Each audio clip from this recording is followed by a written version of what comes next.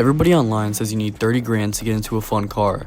What if I told you for under $5,000 you can get real power, rear-wheel drive, and a car that doesn't look like a refrigerator on wheels? Forget Miatas. No hate, they're fun. But today's list is for the folks who want loud pipes, muscle vibes, and at least the illusion of street cred. Let's run through 5 of the best sports and muscle cars you can still buy under $5K in 2025. First up, the 1999 to 2004 Mustang GT, aka the New Edge. And no, this isn't your little brother's EcoBoost. We're talking raw blue-collar V8 muscle with just enough 2000s altitude to make you feel like a street racer from need to speed. Under the hood, you get a 4.6-liter module V8, pushing around 260 horsepower and 302 pounds of torque. Not crazy numbers today, but back then, this thing moved. 0 to 60 in the low fives with a manual, and it'll chirp second gear like it's got something to prove. Inside? Yeah, it's plastic. The interior feels like it was designed in a rush, because it kinda was. But it's got that old school charm. Big steering wheel, clunky shifter, and if you get the Mach 460 sound system, you'll feel like you're at a Limp Bizkit concert every time you turn the key. Modding? Endless. With endless capacity. Intakes, cams, gears, full exhaust, superchargers, you name it. Every part exists. Every tutorial exists. Your grandma could mod one of these from her recliner. Just don't be the guy with mismatched body panels and eBay coilovers. And let's not forget, this Mustang marked the end of the SN95 era. It was the final refresh before the retro S197 hit in 2005. So if you want that turn-of-the-century muscle flavor, this is it. And the best part? These things are everywhere. 4,000 gets you a solid driver. 5,000 might even get you one with a decent clutch and no check engine light. Might. Next up, the 1998-2002 Chevy Camaro Z28. This one's like your ex. Fast, loud, unpredictable, and definitely a little rough around the edges. But under that fiberglass heavy body lies something legendary. The LS1 V8. Yep, the same 5.7-liter V8 that came in the Corvette C5. And the Z28, it's slightly detuned, but it still spits out 305 horsepower and 335 pounds of torque. Rear-wheel drive, 6-speed manual or 4-speed auto, and 0 to 60 in the low 5-second range. This thing moves. Stomp on the gas and it will lay rubber like it's trying to send a message to your tires. The power band is wide and the torque is thick, and it sounds like an angry bowling alley full of bald eagles.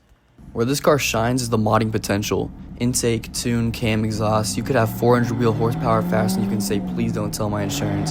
Because it's an LS, the aftermarket support is insane. You could literally LS swap a toaster and someone's already done it. Plus, it rides on the F-body platform, which means you can find parts from its twin brother, the Pontiac Firebird, and even do some weird Frankenstein builds if you're into that. You can still snag a Z28 under 5 grand, but it'll probably be rough. Paint might be faded, mileage will be up there, and there's a good chance the previous owner ran it down. Third on the list is the Infiniti G35 Coupe. Think of this as the Nissan 350Z's classy cousin, the one that shows up to the car meet with cologne, leather seats, and slightly less body damage. It's powered by a 3.5-liter VQ35DE V6 making up 298 horsepower, and yeah, it's rear-wheel drive. The torque curve is beefy, the throttle response is sharp, and it sounds like a trumpet solo in a blender when you open it up. Inside, way nicer than you expect for the price. Real seats, real gauges, real dash materials that don't feel like recycled lawn chairs.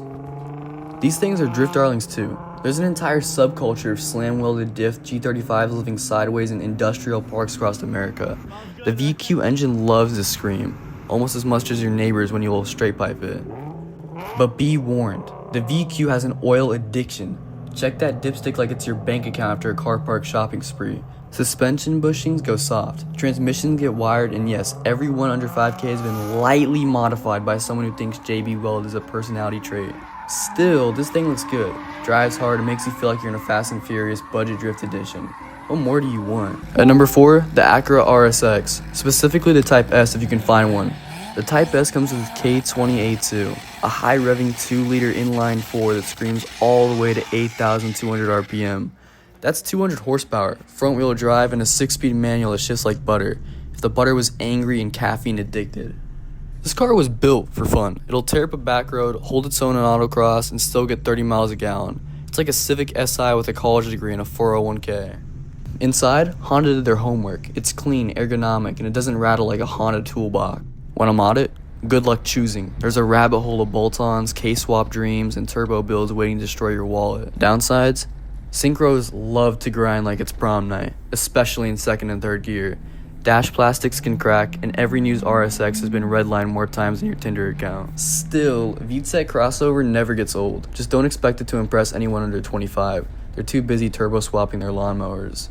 Now, let's talk muscle sedan. The Chrysler 300C. Looks like it should have 22s, a cigar ashtray, and a bodyguard named Reggie. But this big boy hides a secret.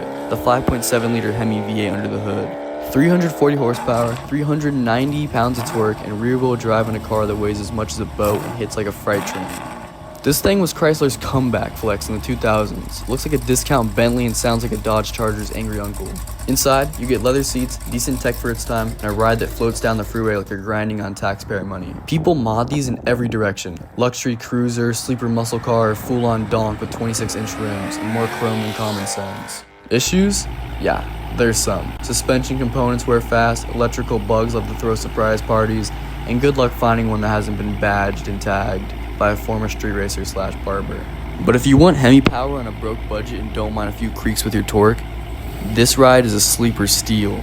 Bonus time, the Ford Crown Victoria P71, also known as the retired cop car that refuses to die. It's got a 4.6-liter V8 rear-wheel drive and the kind of build quality you'd expect from something designed to hop curbs at 80 and take a shotgun blast at the fender. P71s were police package only, meaning better cooling, stiffer suspension, heavy-duty alternators, and usually a vibe that makes people slow down when you merge. Want to build a sleeper? This is it. Nobody expect grandma's sedan to be cammed and tuned. They're cheap, durable, and weirdly fun to hoon. Just check the miles and assume it's been through at least one pit maneuver in a coffee spill the size of Lake Michigan. But for under $5,000, it's bulletproof muscle in a business suit. If it's still got the push bar, congratulations, you're now control traffic.